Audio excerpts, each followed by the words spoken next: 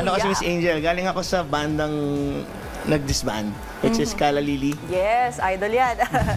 Then, lately, di ba, parang may surge ng bumabalik yung mga luma. Then, nag-check ako Spotify. Sabi ko, bakit hindi ko ibalik ulit yung mga songs? Sayang naman kung walang magpapatuloy. Kasi most of the hits ng Kala Lili is ako yung sumulat. Sabi Like, ko, Magbalik. yeah, Magbalik Stars, Pansamantala X. Sabi ko, ibalik ko kaya. Then, may mga minimentoran kasi ko. Mahilig ako magturo sa mga bata.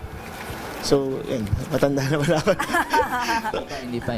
Minimentoran ko silang dalawa. Si Evo, at first, parang tinutulungan ko lang sa content niya.